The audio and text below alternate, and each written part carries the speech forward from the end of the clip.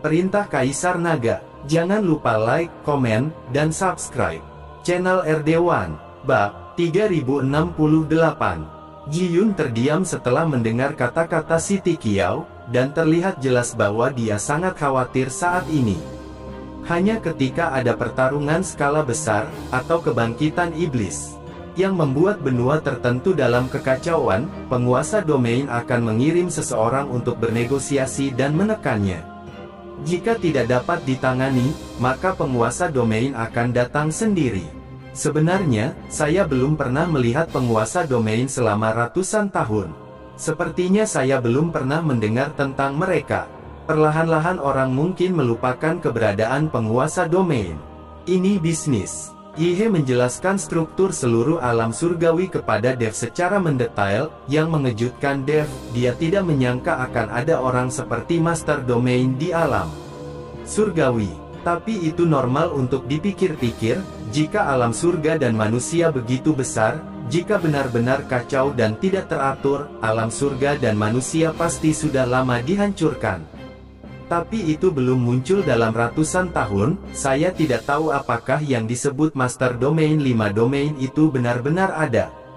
Apakah kamu tahu tingkat kekuatan apa yang telah dicapai oleh Master Domain ini? Dev sangat ingin tahu, keberadaan seperti apa bagi seseorang yang dapat mengendalikan benua di tempat seperti alam surgawi. Yihe menggelengkan kepalanya dan berkata, "Aku juga tidak tahu. Aku belum pernah melihat atau mendengarnya. Sepertinya aku belum pernah mendengar siapapun yang telah melihat Master Domain, apalagi melihat Master Domain bergerak. Tapi menurutku itu harus di alam keabadian. Alasan mengapa orang-orang ini tidak suka muncul dan mengelola sesuatu mungkin karena mereka menunggu untuk naik. Lagi pula, untuk menjadi abadi sejati, tidak ada apa-apa." Untuk sementara, pesawat itu terdiam. Ji Yun melihat keluar jendela dengan kekhawatiran di matanya. Dia, yang biasa makan dan minum tanpa khawatir, sepertinya merasakan tekanan saat ini. Bab 3069. Ji Yun terdiam setelah mendengar kata-kata Siti Qiao, dan terlihat jelas bahwa dia sangat khawatir saat ini. Hanya ketika ada pertarungan skala besar, atau kebangkitan iblis, yang membuat benua tertentu dalam kekacauan, penguasa domain akan mengirim seseorang untuk bernegosiasi dan menekannya.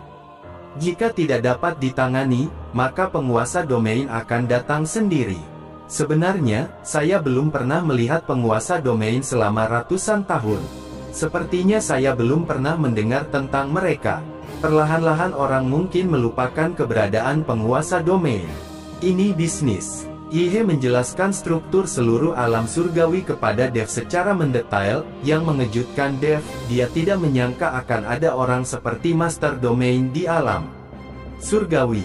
Tapi itu normal untuk dipikir-pikir, jika alam surga dan manusia begitu besar, jika benar-benar kacau dan tidak teratur, alam surga dan manusia pasti sudah lama dihancurkan. Tapi itu belum muncul dalam ratusan tahun. Saya tidak tahu apakah yang disebut Master Domain 5 domain itu benar-benar ada. Apakah kamu tahu tingkat kekuatan apa yang telah dicapai oleh Master Domain ini? Dev sangat ingin tahu, keberadaan seperti apa bagi seseorang yang dapat mengendalikan benua di tempat seperti alam surgawi. Yihe menggelengkan kepalanya dan berkata, "Aku juga tidak tahu. Aku belum pernah melihat atau mendengarnya. Sepertinya aku belum pernah mendengar siapapun yang telah melihat Master Domain, apalagi melihat Master Domain bergerak. Tapi menurutku itu harus di alam keabadian." Alasan mengapa orang-orang ini tidak suka muncul dan mengelola sesuatu mungkin karena mereka menunggu untuk naik.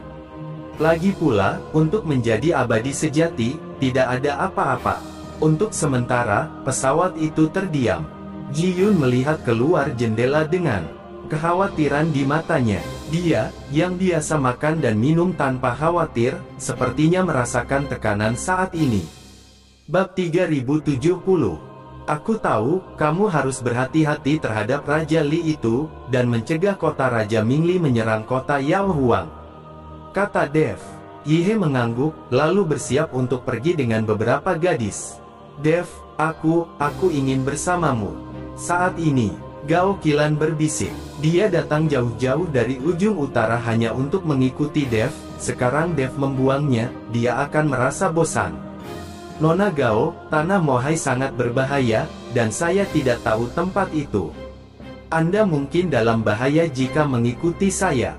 Buru aku, kata Dev jujur. Aku tidak takut. Karena aku memilih untuk mengikutimu, aku tidak takut bahaya.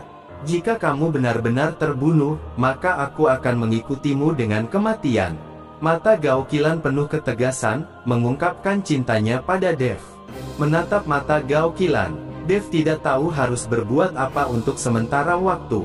Lagi pula, Liu Ruyan, Huo Feng, dan Yu Jiameng semuanya ada di sana, dan mereka pasti ingin mengikutinya jika Gao Qilan setuju, apa yang akan dilakukan orang lain. Dev tidak bisa menyukai satu orang di atas yang lain, dan jika wanita ini mengikutinya, itu pasti akan sangat berbahaya. Tuan, biarkan Sister Qilan mengikuti Anda, ayo pergi ke Demon Imperial City. Bagaimanapun, Sister Qilan belum tidur dengan Anda. Anda harus membiarkan dia merasakannya. Atau dia sudah besar, mengikutimu dengan sia-sia. Huo Feng melihat kekhawatiran Dev, jadi dia berkata. Kata-kata Huo Feng tidak serius atau serius, dan langsung membuat Gao Qilan tersipu.